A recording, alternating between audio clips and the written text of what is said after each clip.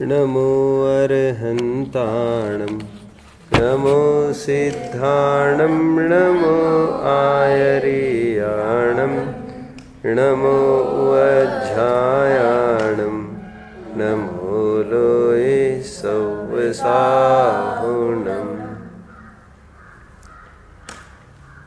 जो करेगा सो भरेगा, as you sow so shall you reap। जैसी करनी वैसी भरनी।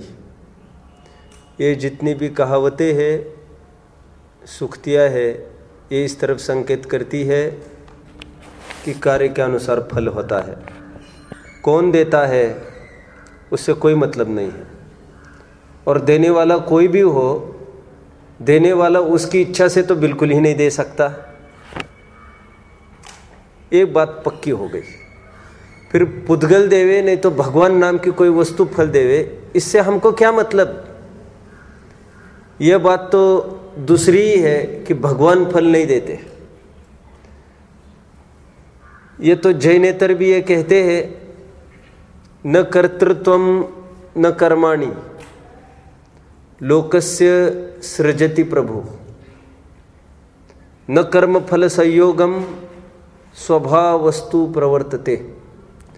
भगवान ना करते हैं, ना कराते हैं, ना किसी कर्म का फल, कार्य का फल भी देते हैं। स्वभाव वस्तु प्रवर्तते, यह स्वभाव से ही सबको मिलता जाता है ना। आजकल इतना ऑटोमाइजेशन हो गया है लोक में, एक एक कार्य के लिए एक एक जन यदि फल देने लग जाए। आजकल जानते ना, पहले एक आदमी 10 के पेपर चेक करता था पहले, अभी खत्म हो गई सिस्टम। डाल दो कंप्यूटर में, सब अपने आप हो जाएगा। क्यों? जितना भी मैनुअल है चेकिंग, मैनुअल असेसमेंट है, वो सब संदेह के घेरे में है। पक्षपात हो सकता है, लेकिन जितना भी कंप्यूटराइज होगा, मैकेनिकल वर्क होगा, वो कभी पक्षपात नहीं होगा। और एक एक आदमी हटाते जा रहे हैं अब हम, और मशीनें स्थान ले रही है। चेतनों का काम खत्म हो गया, अब पुद्गल वे ही काम करने लग गए हैं। मुफ्त में भगवान को बीच में क्यों लाते हो कि भगवान कोई फल देने वाला होगा? अपने आप फल मिलेगा उस मशीन से जो भी गुजरेगा। और जिसके पास RDX होगा, कोई एक्सप्लोजिव होगा, एक्सप्लोजिव होते ना, अपने आप वो सायरन बजने लग जाएगा। इसके पास एक्सप्लोजिव है कुछ, इसके पास एक्सप्लोजिव है, वो चिल्लाने लग जाएगा। अरे इतना सा भी, आप 1 तोला सोना भी लाने को देखेंगे यहाँ पर, वो मशीन बोल देगी इसने सोना लाया है। और मशीन की पहुंच कहाँ तक हो सकती है? बोलो, चमड़ी में फंसा कर लाए वो सोना तो क्या पहचान सकता है क्या वो? मशीन फटाफट, एक एक्सरे की किरण फटाफट बोल देगी यहाँ पर कहाँ पर वो चीज़। सोना यदि छिपा है तो कहीं है क्या? मैं इतना सारा क्यों कहना चाहता हूँ? मैं इसलिए कह रहा हूँ, ये तो जैनेतर भी कहते हैं कि हम करें और फल कोई दूसरा देवे, ये संभव नहीं है। ठीक है, हमारी चर्चा वैसे पूजा विधि और फल की चल रही है, जिसमें काफ़ी चर्चा हमने पूर्व कक्षा में की थी कि मांगना ये हर प्रकार से खराब है। मिलेगा तो, लेकिन मांगने से बिल्कुल नहीं मिलेगा। ये कल हमने चर्चा की थी, मुझे बारंबार ख्याल में आती है। विशापहार स्तोत्र का एक छंद मुझे बहुत ही अच्छा लगता है, सबको कंठस्थ कर लेना चाहिए। विशापहारम मणिमौषधानि, ये किसने स्तोत्र लिखा है? ये विशापहार स्तोत्र धनंजय कवि ने लिखा है। कब लिखा आप जानते हैं? उसका लड़का लड़के को सांप काट गया था, वे मंदिर में बैठकर सामयिक कर रहे थे। पत्नी ने आकर बच्चे को पटक दिया उनके सामने, और फिर विशापहर स्तोत्र की सहज रचना हुई। उसके फल में कहते हैं वो बालक ठीक हो गया। अभी अपन, मैं उसमें नहीं जाना चाहता हूँ, क्योंकि अपन तो सबका ऑपरेशन करने वाले हैं अभी यहाँ पर। ले हुआ तो विशापहर स्तोत्र कैसे रचना हुई ये मैं बता रहा हूँ आपको। ये धनंजय कवि ने की है। उसमें एक स्तोत्र ऐसा लिखा, छंद ऐसा लिखा, चिंता व्यक्त की। कह रहे हैं कि विशापहार मतलब समझते हो ना आप? विष का दमन करने वाला, विष का अपहार करने वाला कोई ऐसी चीज हो जिससे विष निर्विष हो जाए। तो वे कहते हैं न जाने लोग ये मंत्र तंत्र मणि औषध रसायन और विषापहार में क्यों उलझते हैं। क्यों वे ये समझते नहीं है कि मणि तंत्र आदि सब कुछ पाप का उदय आने पर कार्यकारी नहीं होते हैं। पुण्य ही सचमुच कार्यकारी है। पुण्य के होते हुए मणि मंत्र तंत्र आदि विषापहार औषध की रसायन की कुछ भी आवश्यकता नहीं पड़ती। मैं ये सबको कहना चाहता हूँ, वहाँ पर कहा है कि क्यों ये रसायन औषध मंत्र तंत्र आदि का सहारा लेते हो। ये सब भक्ति के ही पर्यायवाची है। जो भगवान की भक्ति करेगा वे ही मंत्र तंत्र के रूप में काम करेगा। आप समझ रहे क्या? मंत्र तंत्र के रूप में ये भक्ति ही काम करेगी। ये भक्ति के ही पर्यायवाची है सब। जल्दी बोलो। मैं बोल रहा था कि हम लोगों का म्यूजिक कॉन्सर्ट। जाओ, समझ रहे क्या कहा मैंने? भक्ति के ही तो ये पर्यायवाची है। जिनको मंत्र तंत्र आदि का प्रयोग करना हो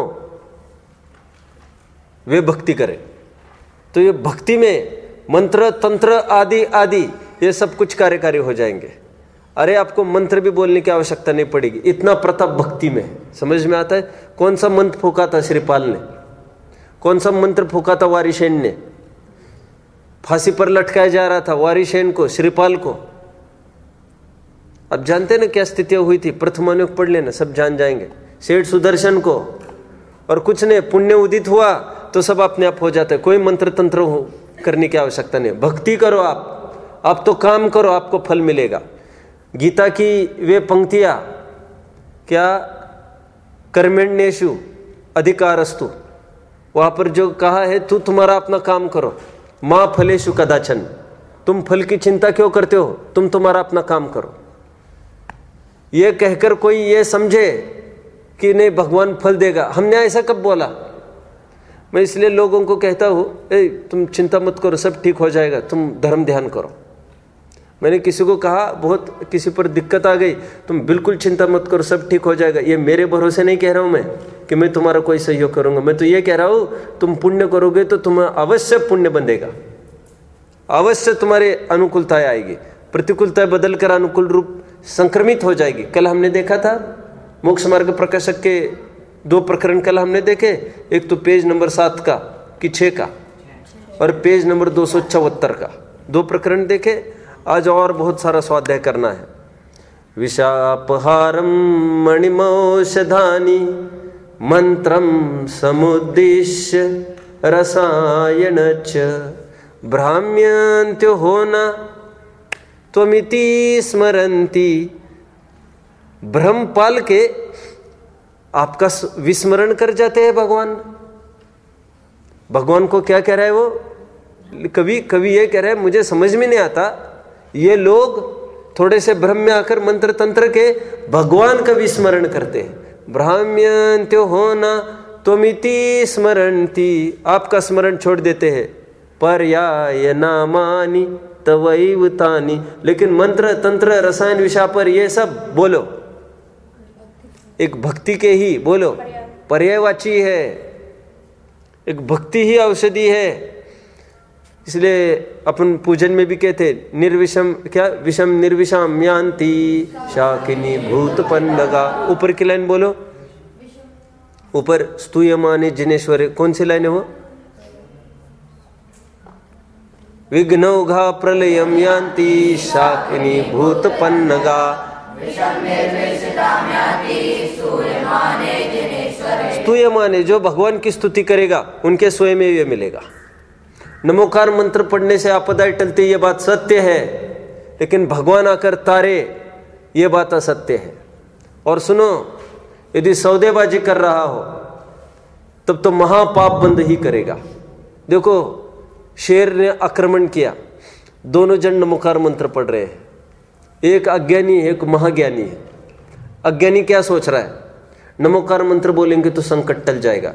भले आदमी, नमोकार मंत्र में जिन परमेष्ठियों का तुम स्मरण कर रहे हो, उन पार्श्वनाथ पर, महावीर पर, गुरुदत्त पर, इन सब मुनियों पर संकट आए, उपसर्ग आए उनकी ये पंच परमेष्टियों पर शरण आए, उपसर्ग आए।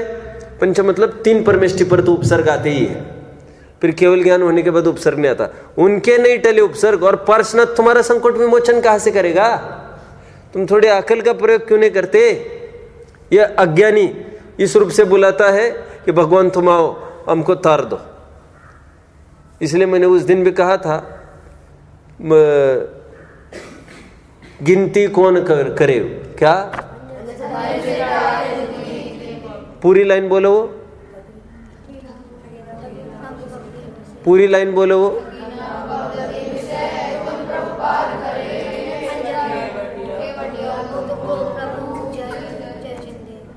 नहीं आ रहे किसी को भी, बोलो। पति तो बहुत पावन किए, गिनती कौन करे? इसलिए मैंने उस दिन कहा था ना, गिनती कौन करे? करके दिखाओ गिनती जरा, और एक का गिनती करके दिखाओ कि भगवान ने किसी को पावन बनाया हो। और जितने भी पावन बने हैं सब अपने अपने दम पर बने हैं, उपचार भगवान पर आता है। आप समझ रहे हैं मेरी बात को? एक जन गिनती कौन करे? करो ना, एक भी गिनती नहीं कर पाओगे। और अंजन से तारे कुदी, अंजन को नहीं तारा उन्होंने, किसी अंजनों को नहीं तारा है, समझ में आ रहे? वो सबको अपने अपने दल पर, दम पर ये युद्ध लड़ाई जीतनी पड़ती है। ठीक है, इसका कोई वॉल्यूम बढ़ाना जानते हो तो बढ़ा सकते हैं, तो मैं ज़्यादा नहीं ऊंचा आवाज करूँगा। समझ रहे सब? कोई देने वाली बाहर की कोई चीज़ नहीं है। मैं आपको बताया था, थोड़े दिन पहले बताया भी था, शायद महाराष्ट्र में बताया मैंने ये सब। मैं थोड़े टाइम पहले मतलब बिल्कुल धर्म की रुचि मुझे नहीं हुई थी, तब की बात है। शादी तो हुई थी लेकिन धर्म रुचि बिल्कुल नहीं थी, तब की बात कह रहा हूँ मैं। ये प्रारंभिक मेरे 2-4 महीनों की बात होगी शादी के बाद की।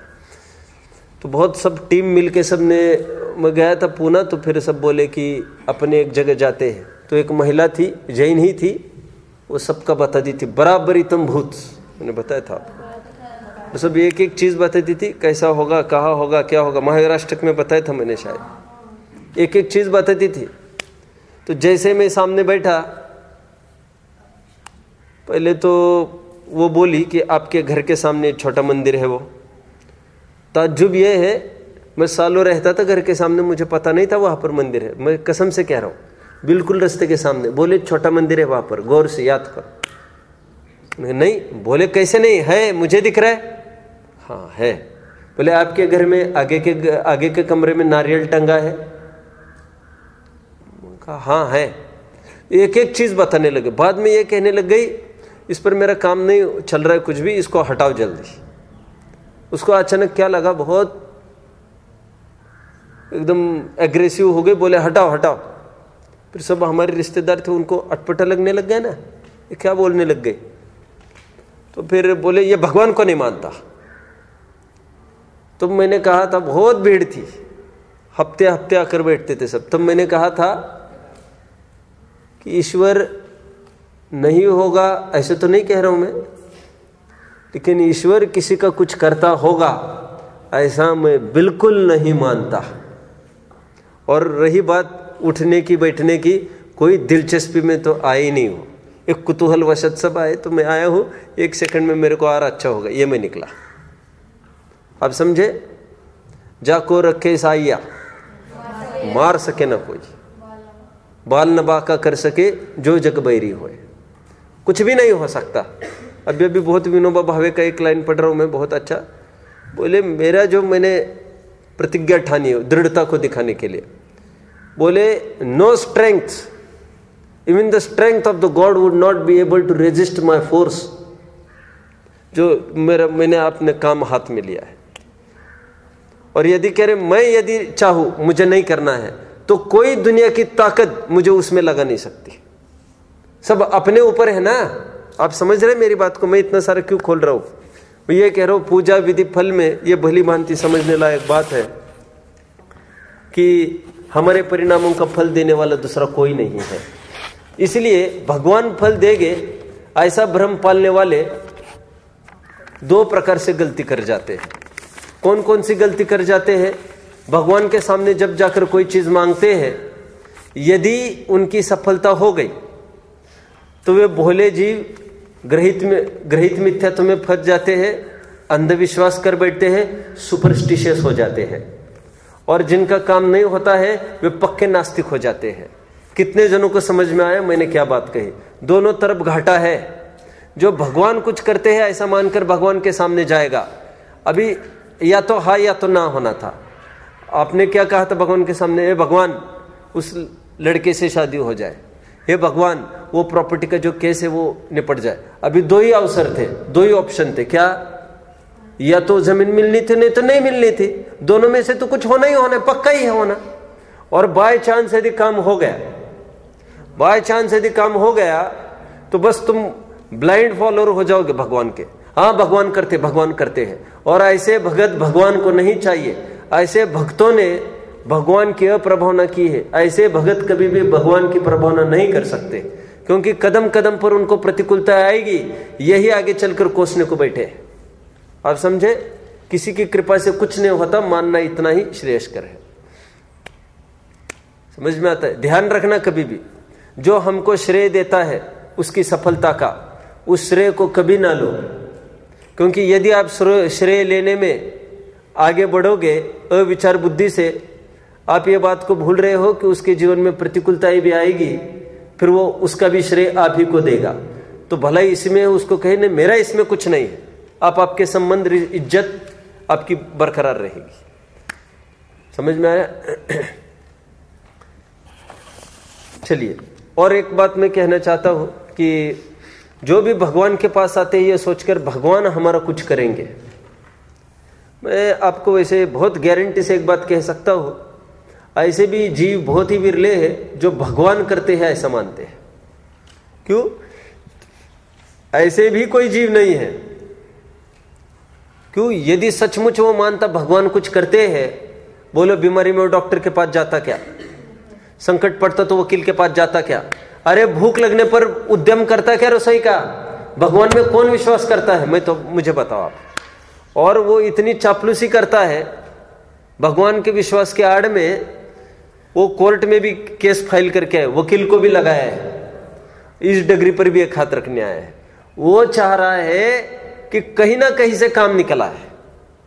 और ऐसे एक भगवान थोड़ी, ऐसे 2500 भगवान पकड़ रखे उसने, कहते हैं हमारे लिए सब समान, सब समान। समझ में आता है क्या कहा? अरे कोई ये कहे भंगी के हाथ झड़वा के आ जाओ, तो भंगी के भी पास जाकर झड़वा के आएगा। क्यों? वो तो डर गए हैं अभी, मैं मरने जाऊं, भयंकर रोग हुआ है। उसको कौन, किससे क्या मतलब है?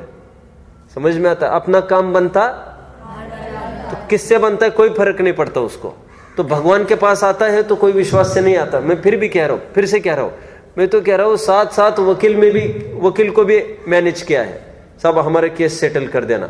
और यहां पर भी चक्र काट रहा है भगवान को, तो भगवान पर उसको सच्चा विश्वास है क्या? प्रश्न है मेरा।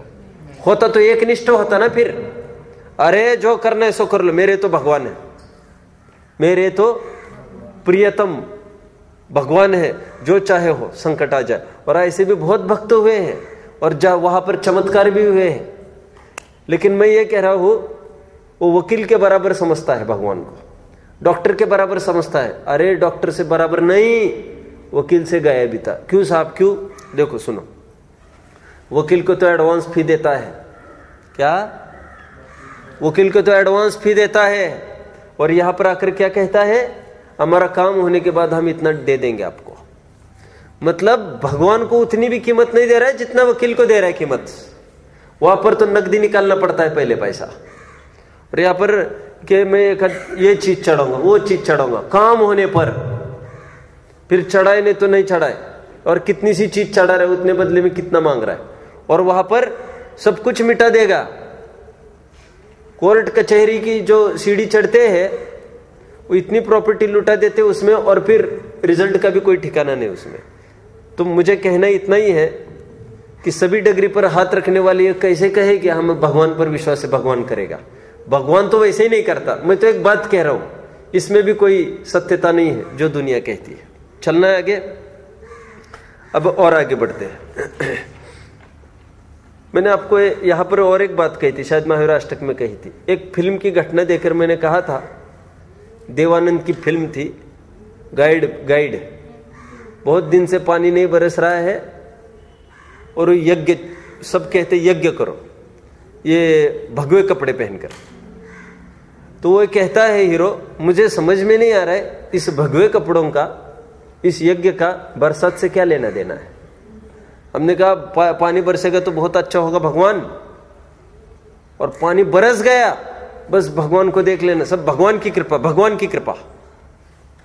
अरे ये लोग ये नहीं समझते, मानसून की हवा 1 महीने से चलती है तब जाकर यहाँ पर आज पानी बरसना है ना, यहाँ पर तो कम से कम 1 महीना पहले सेट हो जाता है पानी बरसने वाला। क्यों? वो मानसून जो चलती है ना दक्षिण से, वो किस दिन कहाँ पर होगी, किस दिन कहाँ पर होगी, ये पूरा ज्योग्राफिकल डाटा आपको मिल सकता है। यहाँ पर आ धमकेगा, यहाँ पर आ धमकेगा, समझ लेना। मैं अभी भी था ना कि वहां पर पानी बरसा, पूना में समझ लेना, मुंबई में मुंबई में पानी बरसा, समझ लेना 4 दिन में नागपुर की तरफ पानी बरसेगा ही बरसेगा 100%। क्यों? हवा निकलेगी ना, वैसे ही निकलेगी वो। अब उत्तर में 7-8 दिन के बाद यहाँ पर बरसेगा ही बरसेगा। क्यों? और वो तो कोई अपने यज्ञ की बात थोड़ी है, भगवान की बात थोड़ी है, कृपा की, वो तो ज्योग्राफिकल है, उसमें सब स्टेटस पकड़ रहे आप सब। ये पूरा भीख मांगने की हमारी वृत्ति खत्म हो जाए, ये फल में से अपने बात निष्पन्न की है। अब फल की चर्चा तो हमारी पूरी हुई। मैं पहले सबको आपको दिखा दूं पूजन का महात्म्य कितना है, इसका वर्णन समंतभद्र स्वामी ने रत्नकरण सावकाचार्य ग्रंथ में भी किस प्रकार किया है। अब खोलेंगे इसके पेज नंबर, छंद क्रमांक आप खोलिए इसके,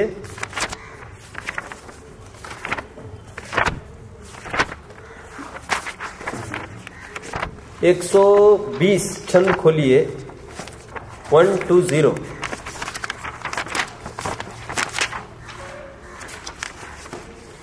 मिल रहा है सबको? 119 और 120, ये दोनों छंद आप खोलिए।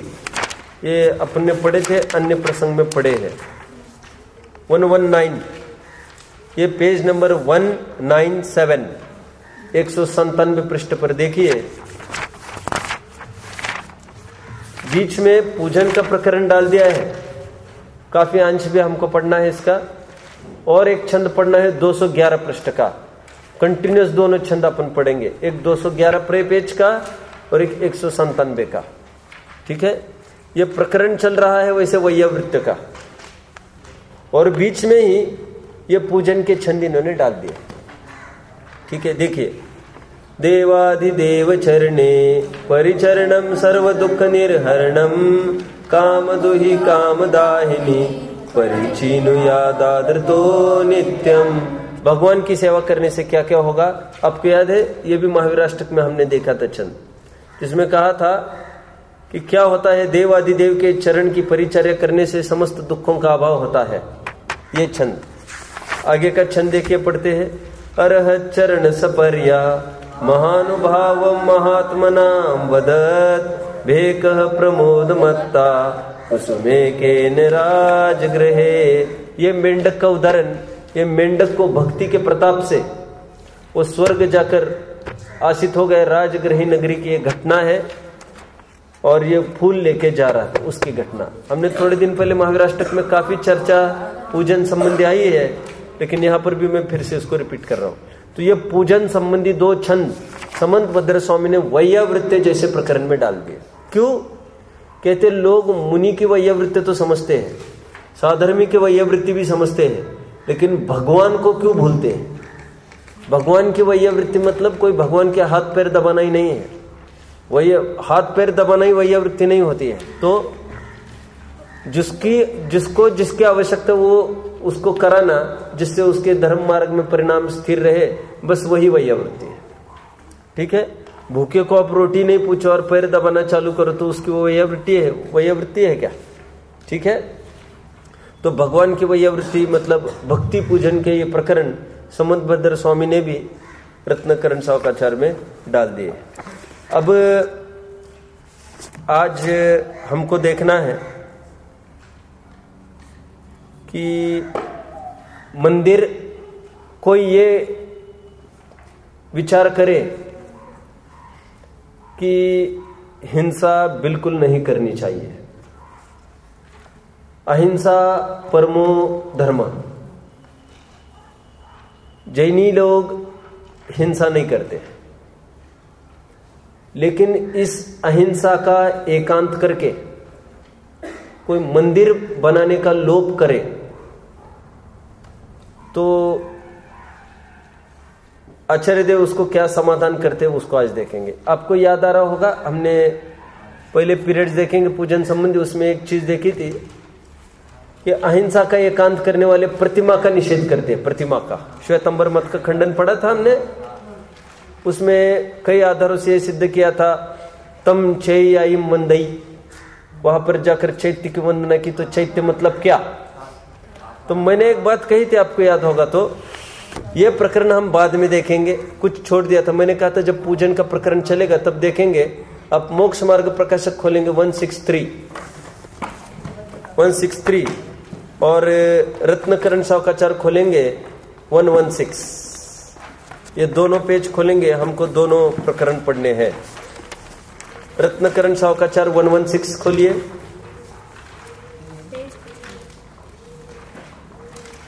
और मोक्ष मार्ग प्रकाशक 163 खोलिए। क्या चाहते हो आप? पहले रत्नकरण सावकाचार अपन पढ़ लेते हैं। देखिए, जिन मंदिर बनाने की प्रेरणा मिल रहा है सबको। अब यहां कोई आशंका करता है कि यदि गृहस्थ जिन मंदिर बनवाता है, उपकरण बनवाता है, जिनेंद्र पूजा करता है, तो इनमें भी आरंभ ही होता है। जहां आरंभ है वहां हिंसा होती है, इसलिए जिन मंदिर आदि बनवाने में धर्म होना कैसे संभव है? हो गया? हो गया? बात सही कह रहे हैं कि झूठ कह रहा है?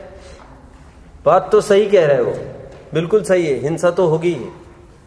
लेकिन वो जो ये कहकर जिन मंदिर बनवाने का लोभ करना चाहता है, वो ठीक नहीं है। क्यों ठीक नहीं है? उसकी भूमिका भी ऐसी नहीं है। भूमिका ऐसी क्यों नहीं है? अभी बड़े पाप छूटे नहीं है और छोटे पापों के क्यों पीछे लगा है, समझ में नहीं आता। एक क्रम होता है, क्रम समझ में आता है। ब्रह्मचर्य से रहना कह रहा है स्वयं की पत्नी के साथ, और पर स्त्री सेवन अभी भी करता है। यह विसंगति है कि नहीं बहुत बड़ी? तो क्रम से पाप छोड़ने की बात है। तो कहते यह बात सही है, मंदिर बनाने में पाप लगता है, लेकिन व्रती त्यागी नहीं करे इसको। तुम तो अभी करोड़ों के घर बांध रहे हो, तुमको क्या, किसने मना किया है? ओके, देखिए उत्तर, उसे उत्तर देते हैं, यदि गृहस्थ ने आरंभ करने का त्याग कर दिया है, आरंभ त्याग प्रतिमा वाला हुआ हो, 8वीं प्रतिमा वाला, तथा जिसके परिणाम वितराग रूप होकर धन उपार्जन आदि करने से विरक्त हो गए, उसे मंदिर आदि का बनवाना योग्य नहीं है। परंतु जिनका राग धन से, परिग्रह से, आरंभ से घटा नहीं है,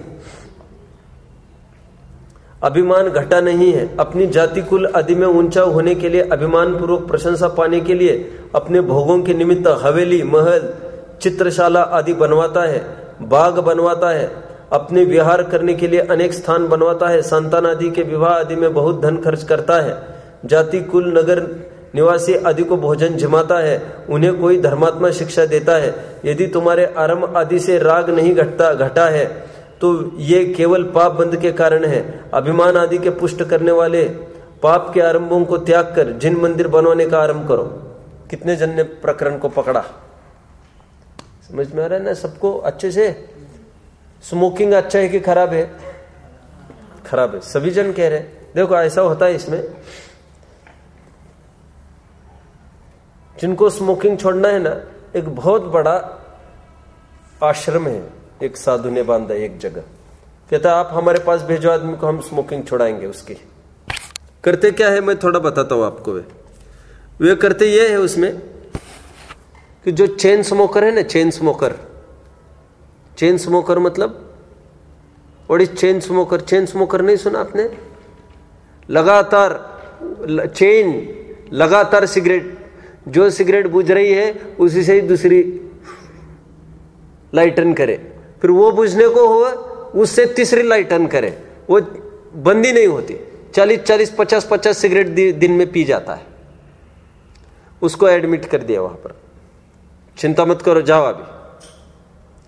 कैसे छुड़ाएंगे आप इसकी स्मोकिंग? आप मत चिंता करो। उसको कहते हैं स्मोकिंग करना है, हम देंगे तुमको सिगरेट्स।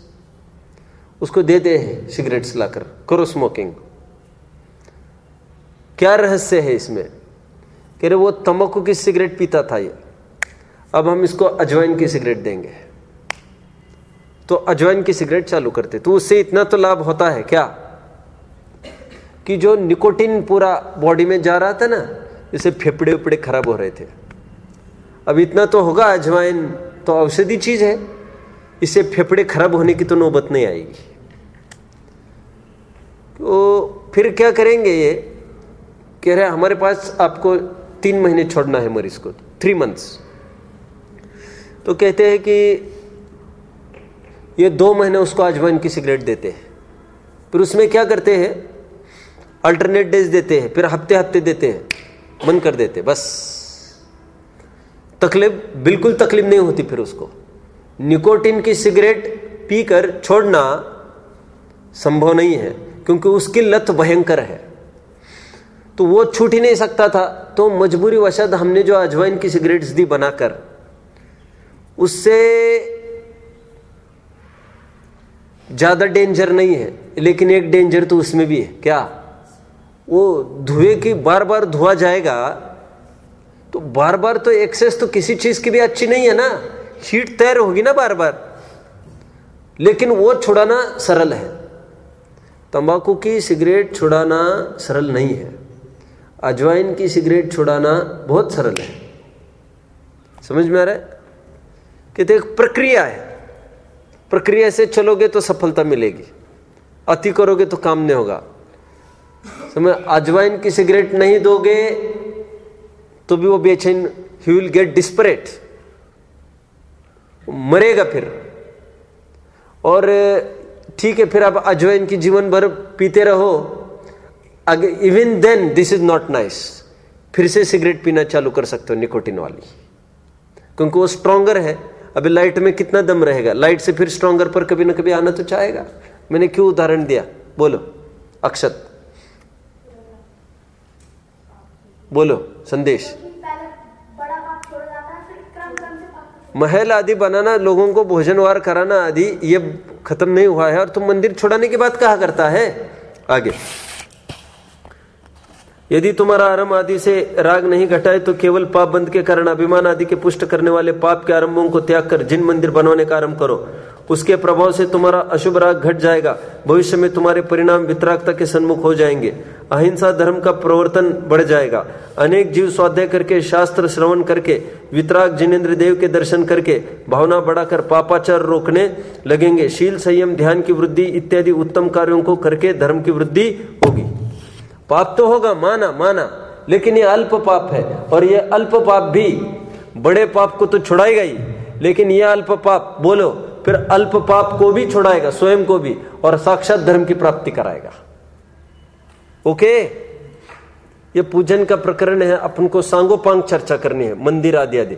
कल मैं ये भी चर्चा करने वाला हूं, मंदिर कैसे बनते थे पहले जमाने में, और आज क्या विकृति आ गई है, इसको कल लूंगा। सब धीरे धीरे स्टेज वाइज प्रकरण चलेगा, ठीक है।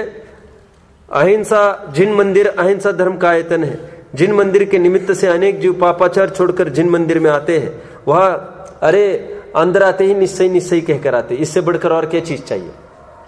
समझ में आता है? और अंदर आकर साक्षात, आज तक कभी देखा है किसी ने कि सप्तव्यसनी भी हो बाहर, यहां पर आकर कोई बीड़ी पीता होगा? जैन दर्शन करते करते कोई नहीं पी लेवे, नहीं, भगवान देख रहे हैं। ये ऊपरी अतिशय है, अंतरंग अतिशय ये है। फिर उसको ये बताओ भगवान सर्वत्र है, अनंत भगवान है, और तुमको निरंतर देख रहे हैं, वहां पर भी फिर वो बच जाएगा, बचना सीखेगा। बोलो, कोई प्रश्न हो पूछो। जब कोई सारे पाप कर रहा है, हाँ, और उस कंडीशन पे वो मंदिर बन रहा है, तो सब पाप लगेगा? मंदिर बनाने से पाप लगता है, इसमें कोई शक नहीं है, लेकिन भूमिका में इतना हो सकता है। बोलो शादी करने से पाप लगता है कि नहीं? बोलो भोजन करने से पाप लगता है कि नहीं? तो फिर मत करो। नहीं छूट रहा है, ठीक है, शादी कर लेना। परस्त्री की तरफ रोजाना एक एक परस्त्री की तरफ ताकने की अपेक्षा एक शीलवान लड़की से शादी कर लेना। अभक्ष्य कुछ भी खाने की अपेक्षा भक्ष्य सामग्री खा लेना। समझ में आता है? इसलिए मैंने एक बार आपको कहा था, जैन दर्शन आर या पार का दर्शन नहीं है। जितना सदैव उतना करो, इतना ठीक है, शाबाश, चलो आगे। कौवे का मांस छोड़ना है, शाबाश, इतना करो, आगे बढ़ो। तो बाकी गाय भैंस का मांस खाएगा, उसका पाप नहीं लगेगा क्या? 100% लगेगा। तो फिर शाबाश आपने बोला, अरे शाबाश तो इसलिए बोला कौवे का मांस छोड़ा ना, जितना आगे बढ़ा उतना ठीक। मंदिर बनाने से पाप लगेगा कि नहीं? 100% लगेगा। किसने मना किया है? लेकिन बोलो घर आदि बनाने की अपेक्षा कम पाप लगेगा। बात सही की झूठ? क्यों? क्योंकि घर में विषयासक्त होकर कर रहा है, अट्रैक्टिव। और यहां पर क्या बनकर कर रहा है? एक एक जीव आएगा यहां पर, सम्यक्त्व को प्राप्त करेगा। तो एक एक ईंट रखते समय क्या भावना है? जीव आएंगे, सम्यक्त्व को प्राप्त होंगे, सम्यक्त्व को प्राप्त होंगे, सम्यक्त्व को प्राप्त होंगे, आत्म कल्याण हो, आत्म कल्याण हो, भगवान बनने की भावना हो सबको। समझ में आता है? भोजन वहां पर भी कराते हैं, शादी ब्याह में भोजन साधर्मियों को भी कराते हैं। वहां पर क्या भाव है?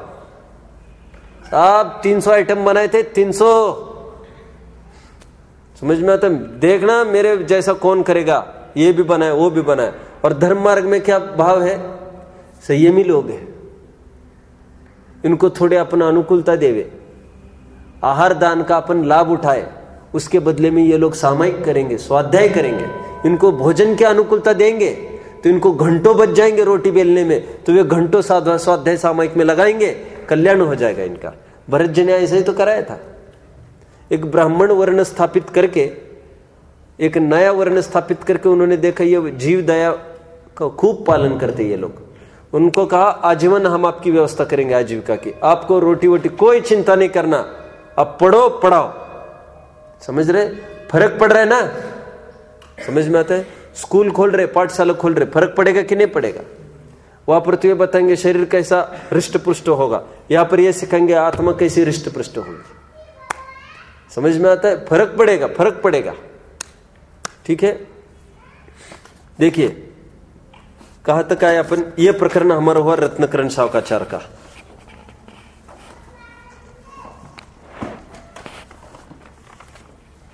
बहुत महिमा की है इन्होंने इसमें, कि इस मंदिर में कभी कोई आएगा, लोग उपवास करेंगे, तपश्चरण करेंगे, अभक्ष्य का त्याग करेंगे, झूठ का त्याग करेंगे, कोई प्रतिमा अंगीकार करेगा, किसी को सम्यक तो होगा। खूब आप प्रकरण पढ़ लेना।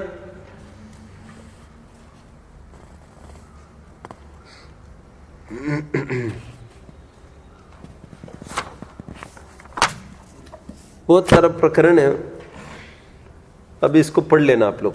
आइए अभी अपने प्रकरण में 163 पेज पर आप सब आइए। 163 पेज पर सब तैयार है?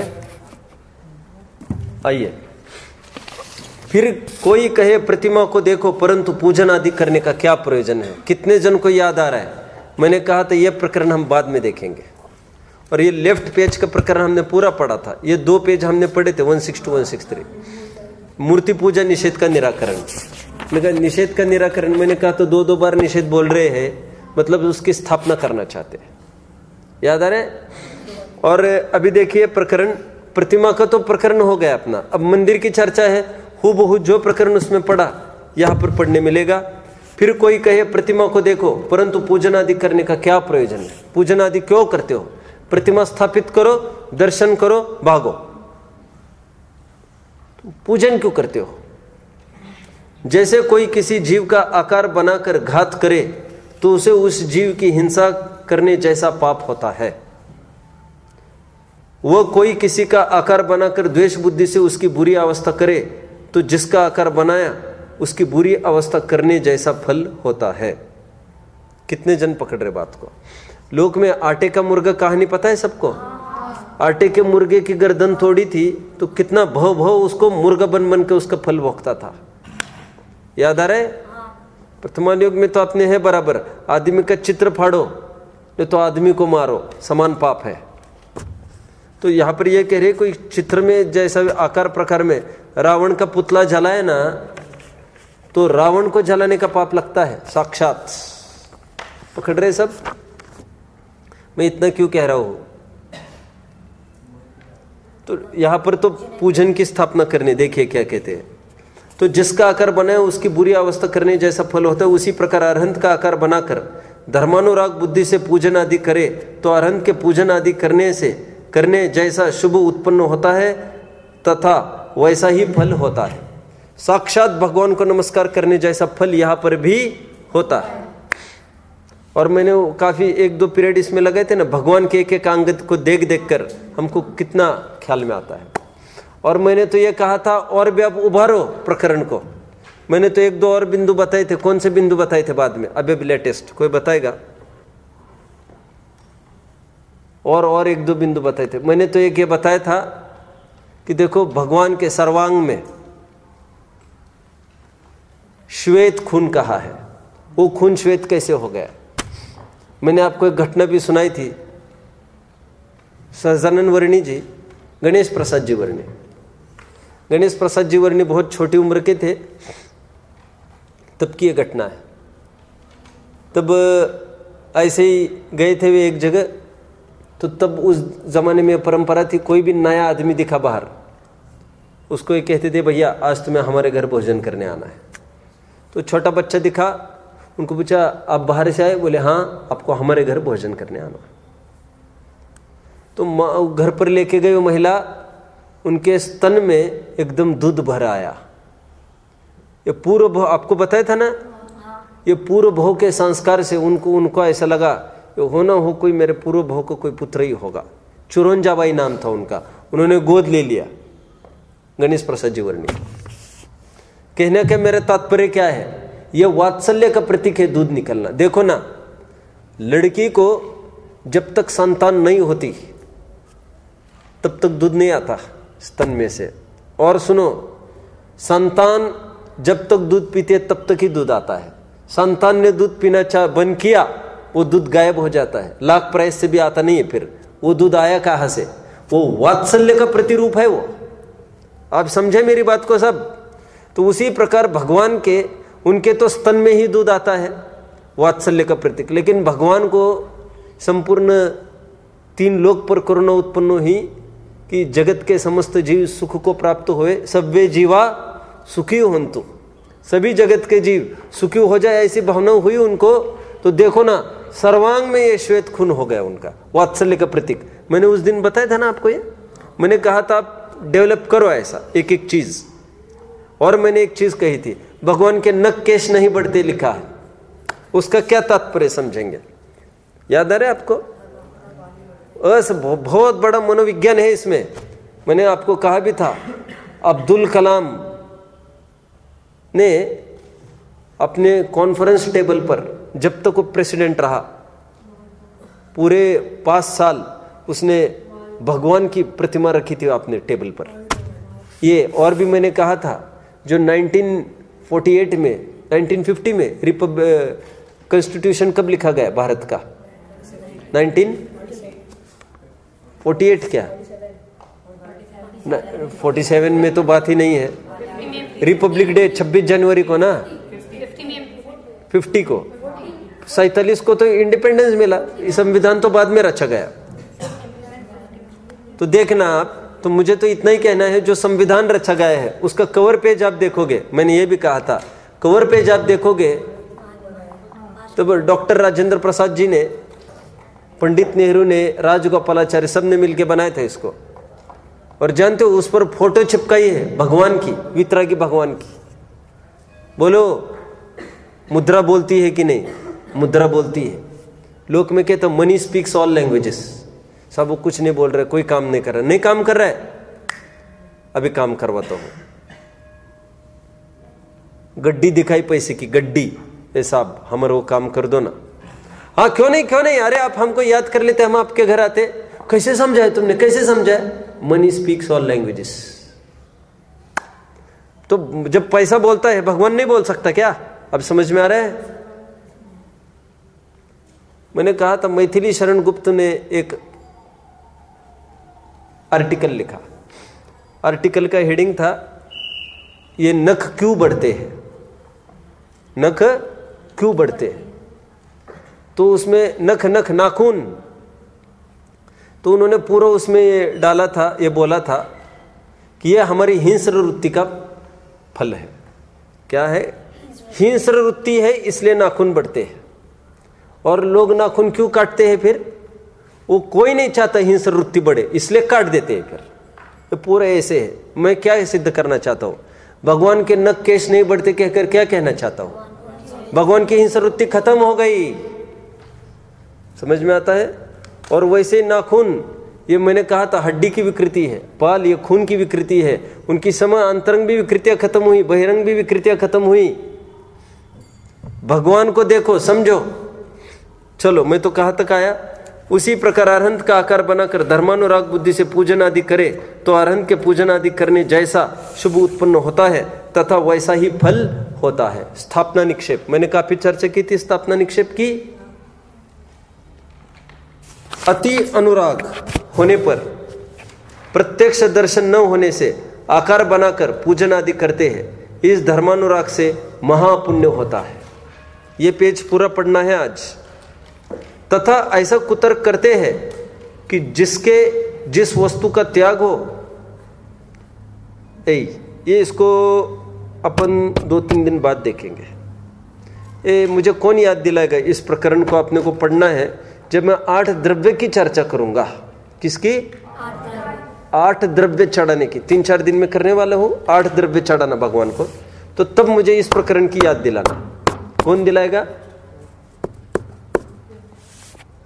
याद दिला देना आप मुझे 8 द्रव्य चढ़ाने की। तो ये पैराग्राफ को छोड़ दो, नीचे आओ। फिर वे कहते हैं प्रतिमा बनाने में, चैत्य आदि कराने में, पूजन आदि कराने में हिंसा होती है और धर्म अहिंसा है। हूबहू वही प्रकरण आ गया है। कितने जनों को लग रहा है वही प्रकरण है जो अभी हमने पढ़ा रत्नकरण शौकाचार में। इसलिए हिंसा करके धर्म मानने से महापाप होता है, इसलिए हम इन कार्यों का निषेध करते हैं। उत्तर, उन्हीं के शास्त्र में ऐसा वचन है। उन्हीं के मतलब किनके?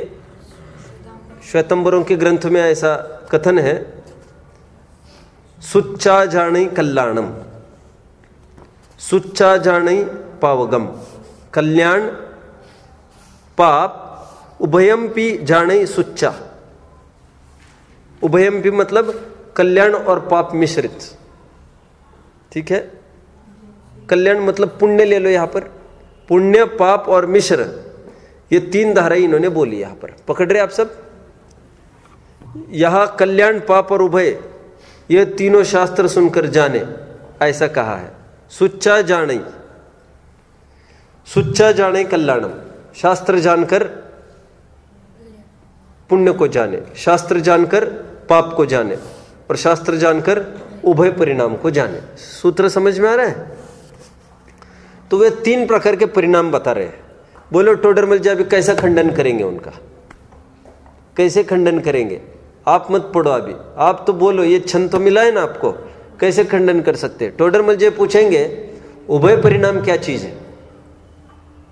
उभय परिणाम पुण्य और पाप का मिश्रण क्या चीज है? यदि तुम कहोगे पुण्य और पाप का मिश्रण है बस, तो फिर हमको ये बताओ वो पाप से अच्छा है कि बुरा है? पुण्य से तो खराबी है उभय, लेकिन पाप से अच्छा है कि बुरा है? अच्छा है ना। तो फिर टोडरमल जी तुरंत उसको कहेंगे फिर जो साक्षात पाप बंध के कारण है घर आदि बनाना, क्योंकि उसमें लोभ आदि की प्रवृत्ति है, और उसके अपेक्षा विचार करें तो मंदिर आदि बनाने में, बोलो ये उभय परिणाम है, तो उभय तो पाप की अपेक्षा अच्छा हुआ कि नहीं हुआ? पकड़ रहे?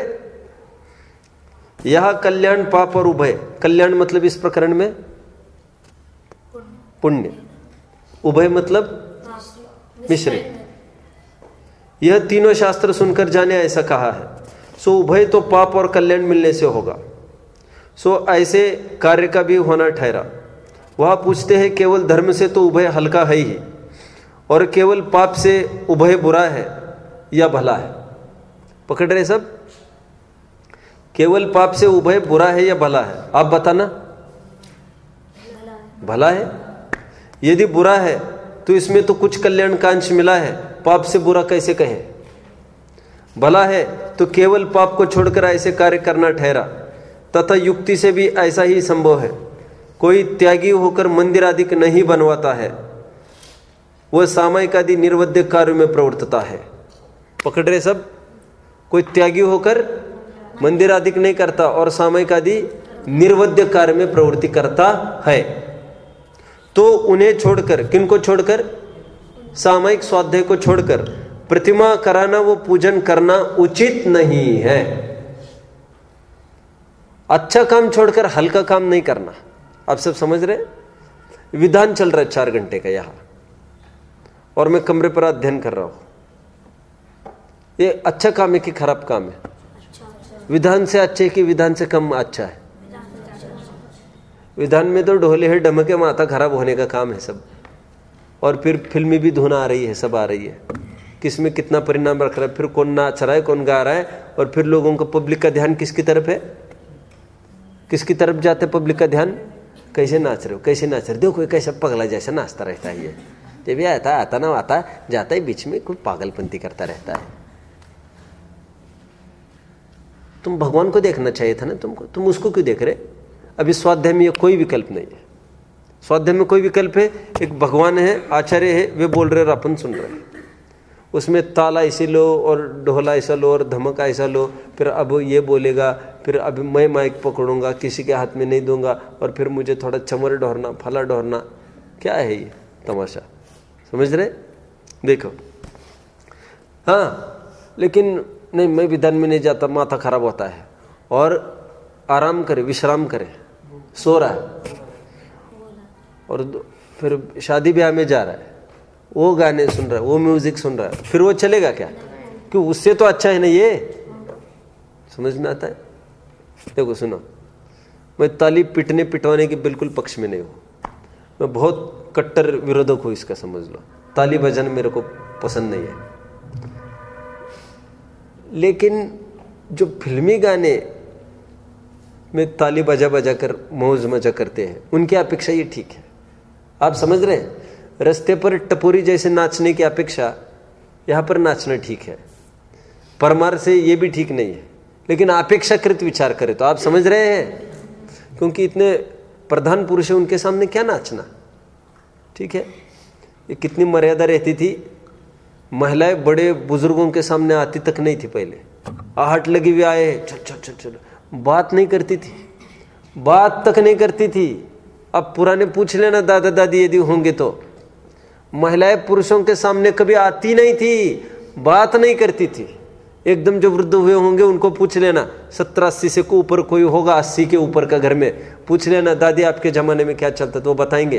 हिम्मत आ रहे, पति से भी बात नहीं करते थे, और उनसे तो बात करने का सवाल नहीं, सामने आने का, सामने कभी किसी पुरुष के आना ही नहीं, इतनी मर्यादा होती थी। और यहाँ पर क्या होगा? एक महिला नाच रही, सभी बुजुर्ग बैठे, सभी बैठे, सबके सामने नाच रही है। और इतना भगवान को कोई अनुरागी नहीं है जो तुम्हें छोड़कर भगवान को देखे। समझ में आ रहा है? और तुम भी क्या चाह रही हो? तुम भी तो ये चाह रही हो सब अपनी तरफ देखे। समझ में आता है? ये दुर्दशा है। चलिए आइए, तो उन्हें छोड़कर प्रतिमा आदि कराना, वो पूजन आदि, मैं तो हमेशा इसलिए कहता हूं, जो भगवान के सामने नाचता है उसने क्या किया है? 500 जनों का ध्यान भगवान से हटाकर उसकी तरफ खींचा है। उसको महान ज्ञान अंतराय, दर्शनांतराय का, दर्शनावरण का अंतराय का महाबंध होगा। उसको वहां से दृष्टि हटाई है तुमने भगवान की। मैं तो इसलिए भी कहता हूं, अभी पूजन का तो प्रकरण चल ही रहा है, हमको कपड़े भी कैसे पहनने चाहिए इसकी भी हमको अकल होनी चाहिए। मंदिरों में हम ऐसे भड़कीले कपड़े क्या पहने, मैंने एक दिन कहा भी था शायद आपको, भड़कीले कपड़े हम पहने, किसी का भी मन आकर्षित होगा हमारे कपड़े की तरफ, तो उसको साक्षात भगवान को, भगवान के दर्शन में हमने विरोध खड़ा कर दिया है। क्यों? थोड़ा कहते कोई दर्शन करता हो ना, सामने से नहीं जाना, इतनी आप अकल रखते हो ना, सब बीच में से नहीं जाना कोई दर्शन। क्यों? पीठ नहीं दिखाना भगवान को। और यहाँ पर क्या करते हो तुम? ऐसे शर्ट पहन कर आए और सबका ध्यान आकर्षित कर रहे हैं। इसलिए एकदम सोबर कपड़े, व्हाइट, बिना प्रेस्ड, बिना डिजाइन, समझ में? अटपटक कुछ नहीं लगे, किसी रूप में अपनी तरफ कोई नहीं देखे। मैं क्यों कह रहा हूं इतना सारा, क्यों कह रहा हूं? नाच गाने के पीछे मैंने बोल दिया। आइए, सामयिक आदि निर्वध्य कार्यों में प्रवृत्तता है तो उन्हें छोड़कर प्रतिमा आदि करना, पूजन आदि करना उचित नहीं है। किसको बोल रही है? जो त्यागी है और सामयिक आदि कर रहा हो उसके लिए उचित नहीं है। परंतु कोई अपने रहने के लिए मकान बनाए, उससे तो चैतेल आदि कराने वाला हीन नहीं है। कितने जन बात पकड़ रहे, वो खराब नहीं है बोल रहे, घर आदि बनाने वाले की अपेक्षा। हिंसा तो हुई परंतु उसके तो लोभ पापानुराग की वृद्धि हुई और इसके लोभ छूटकर धर्मानुराग हुआ। दोनों का कंपैरिजन के, इसका तो लोभ छूटा और इसका तो लोभ बढ़ा। तथा कोई व्यापार आदि कार्य करे, उससे तो पूजन आदि कार्य करना हीन नहीं है। वह तो हिंसा आदि बहुत होते हैं, लोभ आदि बढ़ता है, पाप ही की प्रवृत्ति है। यहाँ हिंसा आदि भी किंचित होते हैं, लोभ आदि घटते और धर्मानुराग बढ़ता है। इस प्रकार जो त्यागी न हो, अपने धन को पाप में खर्चते हो, पाप में मतलब भोजन देना, पार्टी करना, घर बनाना आदि, बाग बगीचा बनाना, उन्हें चैत्य आदि बनवाना योग्य है, वहां अपेक्षा यहां खर्च कर, ये बोला। और जो निर्वध्य सामयिक आदि कार्यों में उपयोग को न लगा सके, उनको पूजन आदि करने का निषेध नहीं है। अब समझते हैं, ये वही प्रकरण है जो यहां पर चला। अभी अभी वहां पर भी पढ़ा ना, वहां पर भी यही समझाया था सदा सुखदास जी ने। अभी और थोड़ा पढ़ते हैं, पढ़ते हिंसा करने तो महापाप नहीं था। यदि निर्वध्य सामयिक आदि कार्य ही क्यों न करे, धर्म में काल लगाना, वह ऐसे कार्य किस लिए करे? कह रहे फिर तो सामयिक आदि करो, काय के लिए पूजन आदि करना? तो टोडरमल जी क्या उत्तर दे सकते, कोई बताएगा? बात सही है ना, फिर ऐसा ही करो ना फिर। लेकिन तुम्हारी निचली भूमिका है, तुम्हारा नहीं लगता ना निरंतर परिणाम, इसलिए तुमको कह रहे हैं। यदि शरीर द्वारा पाप छोड़ने पर ही निर्वध्यपना हो तो ऐसा ही करे, लेकिन शरीर से क्रिया छोड़ने से ही निर्वध्यपना तो होता नहीं ना, ये कह रहे हैं। परंतु परिणामों में पाप छूटने पर निर्वध्यपना होता है। परिणामों में कोई विकृति नहीं आनी चाहिए, कह रहे। नहीं तो परिणामों में बराबर बना है क्या, खोटे खोटे परिणाम आ रहे, नहीं चलेगा। फिर तो उसकी अपेक्षा जाओ ना, मंदिर आदि बनाओ, कह रहे। सो बिना आलम्बन सामयिक आदि में जिसके परिणाम न लगे, वह पूजन आदि द्वारा वह अपना उपयोग लगाता है, वह नाना प्रकार के आलम्बन द्वारा उपयोग लग जाता है। यदि वह उपयोग को न लगाए तो पाप कार्य में उपयोग भटकेगा और उससे बुरा होगा, इसलिए वह प्रवृत्ति करना युक्त है।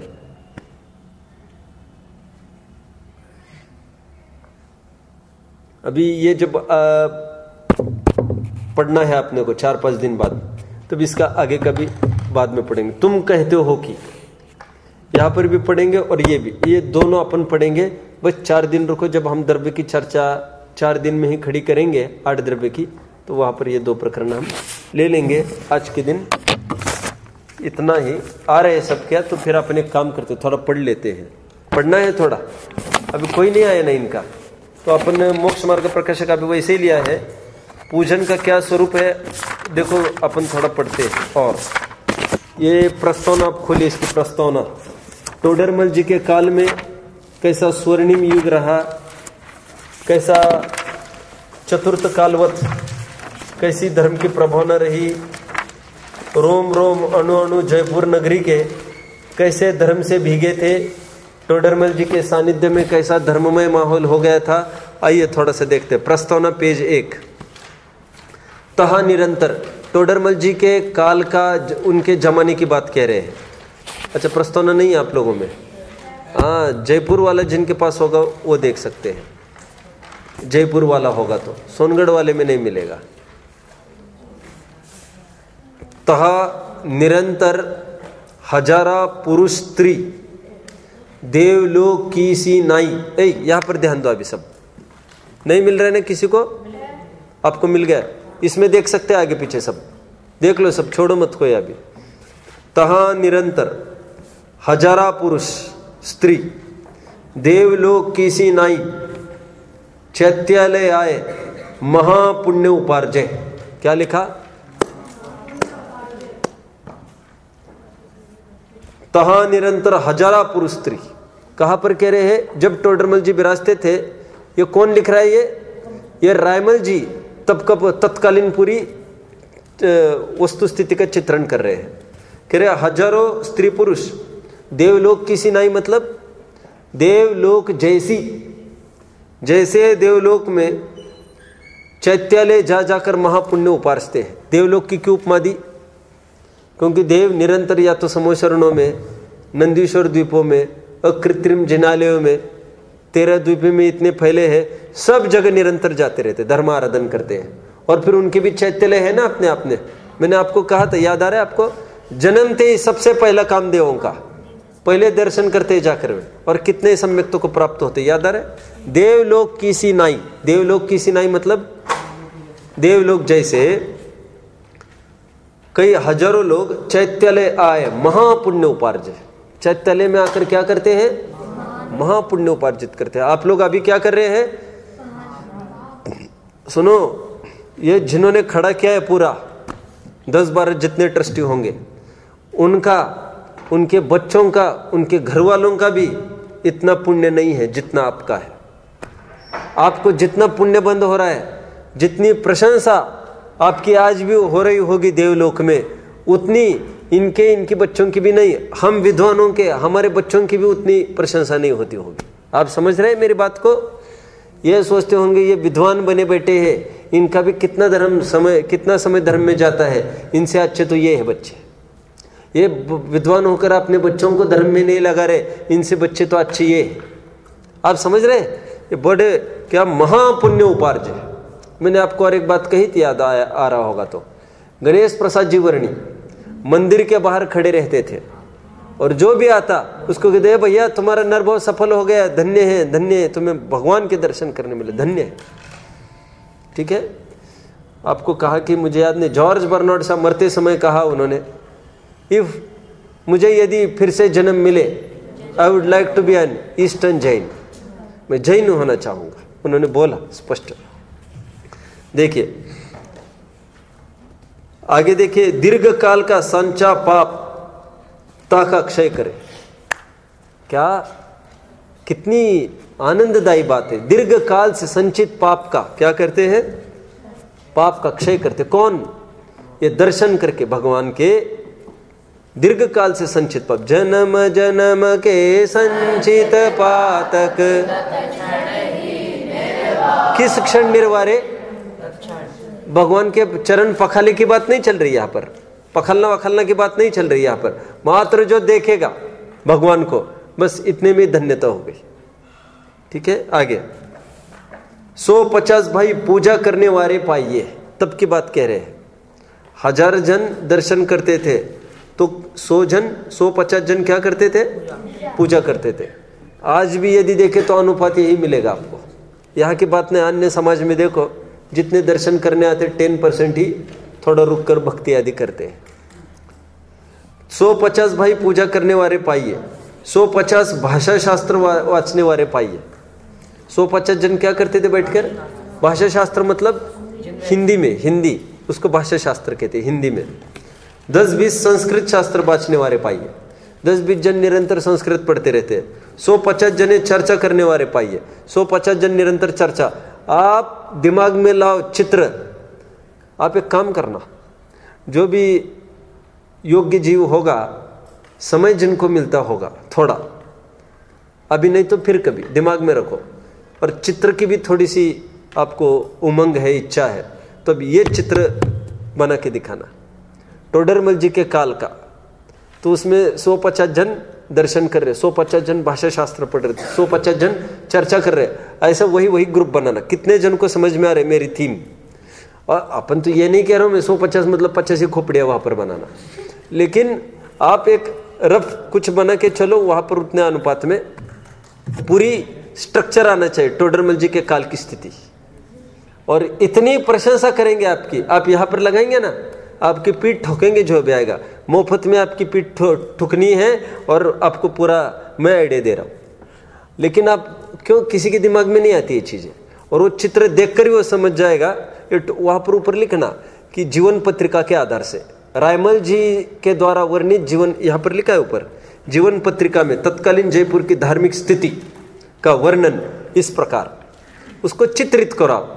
कोई भाषा शास्त्र पढ़ रहा है तो वहाँ पर लिखना भाषा शास्त्र वो पुस्तक पर, फिर कोई संस्कृत में कर रहे वहाँ पर लिखना संस्कृत, और चर्चा वार्ता वाले भी रखना, फिर वहाँ पर ग्रंथ नहीं रखना, कोई चर्चा चल रही है ऐसे रख देना।